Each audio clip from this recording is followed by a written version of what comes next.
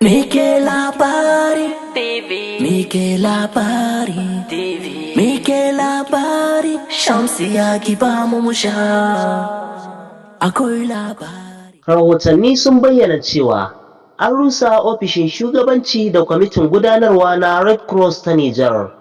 Ma'aikatar cikin gida ta sanar da rushe ofishin shugabanci da kwamitin gudanarwa na Red Cross ta Nijar wato CRN bisa wata doka da aka fitar a ranar 22 ga watan Agustan shekara ta 2025. An yi hakan ne bisa tanadin dokar ƙungiyoyi ta shekara 1984.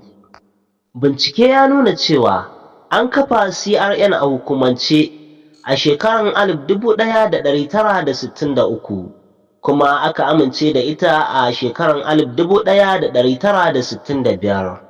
Tun daga wancan lokaci ta kasance memba a cikin ƙungiyar Red Cross da Red Crescent ta duniya. Tana gudanar da ayyuka a sassa daban-daban na ƙasar, musamman a fannonin lafiya, abinci, tsaftar ruwa da muhalli, da kuma kare rayuka a cikin lokacin bala'i.